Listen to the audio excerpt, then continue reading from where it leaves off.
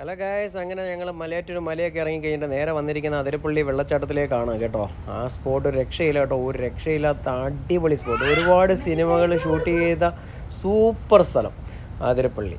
അങ്ങനെ ഇവിടെ entry fee 60 രൂപയാണ്, പാർക്കിംഗ് ഫീ 40 രൂപയാണ് ചെറിയ വാഹനങ്ങൾക്ക്. അപ്പോൾ പാർക്ക് ചെയ്യാനായിട്ട് അവിടെ സെക്യൂരിറ്റിയോ കാര്യങ്ങളൊന്നുമില്ല. ഒഴിഞ്ഞ കോണിൽ പാർക്കിംഗ്, നോ പാർക്കിംഗ് ഇല്ലാത്ത ബോർഡിൽ കൊണ്ടുവന്ന് വേണം പാർക്കൊക്കെ ചെയ്യാനായിട്ട്. പിന്നെ അതേപോലെ പ്ലാസ്റ്റിക് കാര്യങ്ങളൊക്കെ നമ്മൾ ഡിസ്കാർഡ് ചെയ്ത് കഴിഞ്ഞാൽ നമുക്ക് 5000 രൂപ പിഴയാണ്.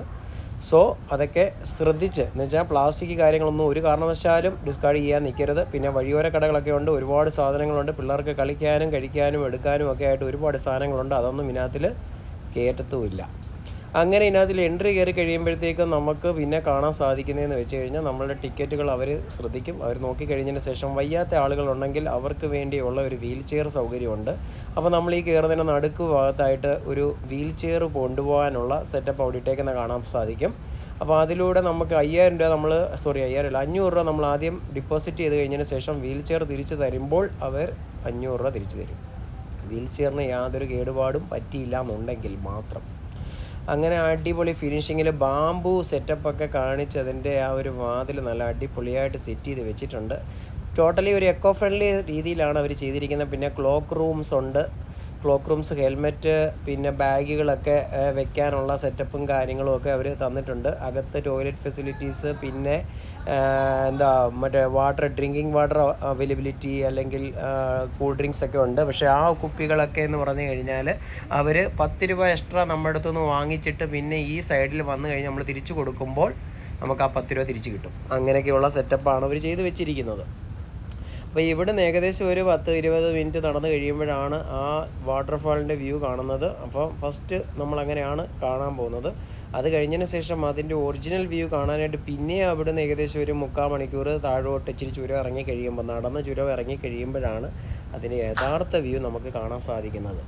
ഏകദേശം നല്ല സെക്യൂരിറ്റിയോട് കൂടിയുള്ള രീതിയാണ് അവർ ചെയ്ത് വെച്ചിരിക്കുന്നത്. ടോട്ടലി ഒരു എക്കോ ഫ്രണ്ട്ലി ടച്ചപ്പൊക്കെ അവിടെ സൈഡിലാണെങ്കിൽ ബാമ്പു അവിടുത്തെ സൈഡിൽ വെച്ചേക്കുന്ന രീതി കോൺക്രീറ്റ് വാർത്ത് റെഡിയാക്കി വെച്ചിട്ടുണ്ട്, കൈവരികൾ.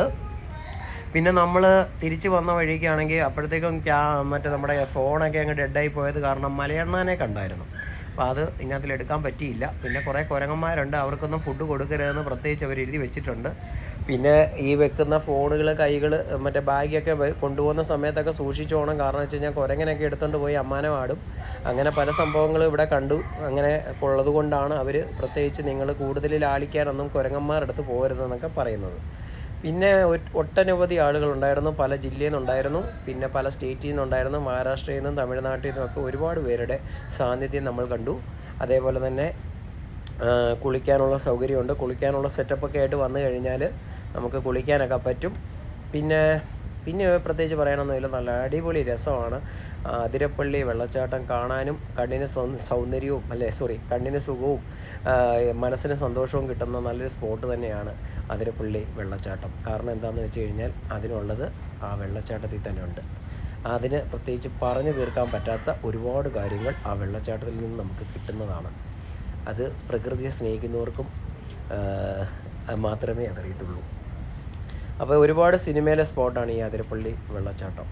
ബാഹുബലിയുണ്ട്, രാവൺ സിനിമയ്ക്കകത്തുണ്ട്, മോഹൻലാലിൻ്റെ ഒരുപാട് സിനിമയ്ക്കകത്തുണ്ട്. അങ്ങനെ ഒരുപാട് കാര്യങ്ങളുണ്ട് ഇതിനകത്തിൽ.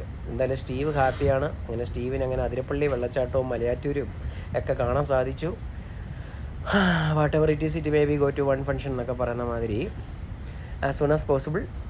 അങ്ങനെ അതിരപ്പള്ളി വെള്ളച്ചാട്ടത്തിൻ്റെ വ്യൂകളാണ് നിങ്ങളിപ്പോൾ കണ്ടുകൊണ്ടിരിക്കുന്നത്. അപ്പോൾ ഈ വെള്ളച്ചാട്ടം മാത്രമല്ല, ഇവിടെ നിന്ന് നമുക്ക് ഫോട്ടോ എടുക്കാനുള്ള സൗകര്യമുണ്ട്. ഇവിടെ നിന്ന് കുറച്ച് ഒരു 3/4 മണിക്കൂർ ഇങ്ങനെ നടന്ന് വന്നു കഴിയുമ്പോഴാണ് ഈ പറയുന്ന പ്രധാന ലക്ഷ്യ പോയിന്റിലേക്ക് എത്തുന്നത്. ഈ ലക്ഷ്യ പോയിൻ്റാണ് നമുക്ക് അജണ്ടയാക്കി ഇവിടെ വരേണ്ടത്. കാരണം വെച്ചാൽ ഒത്തിരി പ്രായമുള്ളവരൊക്കെ വന്നു കഴിയുമ്പോൾ ഇവിടെ വരാൻ മടിക്കും. കാരണം വെച്ചാൽ ഇച്ചിരി പാടാണ് കേട്ടോ. അപ്പോൾ അങ്ങനെ നടന്നൊക്കെ കയറി ഇവിടെ വന്നു കഴിഞ്ഞിട്ട് ഈ ഒരു വെള്ളച്ചാട്ടം കണ്ടു കഴിയുമ്പോൾ ഉള്ളൊരു ഫീലുണ്ടല്ലോ.